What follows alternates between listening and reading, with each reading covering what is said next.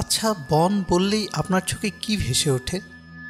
সোজা দাঁড়িয়ে থাকা সারি সারি গাছ, পাখির কলকাকলি আর এক শান্ত পরিবেশ, তাই তো? কিন্তু পৃথিবীতে এমনও এক বন আছে যেখানে গাছগুলো সোজা হয়ে দাঁড়ায় না, বরং অদ্ভুতভাবে বেঁকে চুরে পেঁচিয়ে গিয়ে মনে হয় যেন তারা নাচছে। হ্যাঁ, আজ আমরা আপনাদের নিয়ে যাব রাশিয়ার সেই রহস্যময় ড্যান্সিং ফরেস্টে।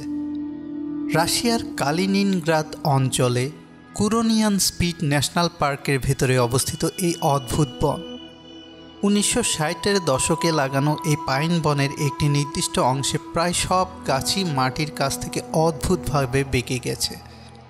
কোনোটা চক্রাকারে, কোনোটা সর্পিলভাবে, আবার কোনোটা মাটির সমান্তরালে গিয়ে আবার আকাশের দিকে উঠে গেছে। যেন কোনো এক অদৃশ্য শিল্পী তার খেয়াল খুশি মতো এদের গড়ে তুলেছে। কিন্তু কেন গাছগুলো এমন অদ্ভুত আচরণ করে? এর পেছনে প্রচলিত আছে নানা লোককথা। কেউ বলেন এটি ভালো এবং মন্দ শক্তির মিলনস্থল, আবার স্থানীয়দের বিশ্বাস এখানে একসময় ডাইনিরা জাদুটোনা করত, আর তাদের এই অশুভ শক্তির প্রভাবেই গাছগুলো বেঁকে গেছে। তবে বিজ্ঞানীরা এর পেছনে প্রাকৃতিক কারণ খোঁজার চেষ্টা করেছেন। একটি তত্ত্ব অনুযায়ী এখানকার বালুকাময় মাটি এবং সমুদ্র থেকে আসা শক্তিশালী ও ক্রমাগত বাতাসের প্রভাবে টিকে থাকার জন্য গাছগুলো নিজেদের এভাবে মানিয়ে নিয়েছে। তবে সবচেয়ে গ্রহণযোগ্য তত্ত্বগুলোর একটি হলো পাইন শুট মথের শুঁয়োপোকা।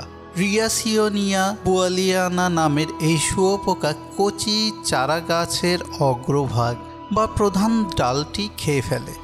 ফলে গাছগুলো সোজা উপরের দিকে বাড়তে না পেরে পাশের ডাল থেকে বাড়তে শুরু করে এবং এই অদ্ভুত আকার ধারণ করে। কিন্তু বনের শুধুমাত্র একটি নির্দিষ্ট অংশেই কেন এমনটা হয়, সেই রহস্যের সমাধান আজও হয়নি। কারণ যাই হোক, এই বনটি এখন পর্যটকদের কাছে এক বিশাল আকর্ষণ। অনেকেই বিশ্বাস করেন এই পেঁচানো গাছের ভেতর দিয়ে একবার পার হতে পারলে নাকি সৌভাগ্য ফেরে এবং যে কোনো ইচ্ছা পূরণ হয়।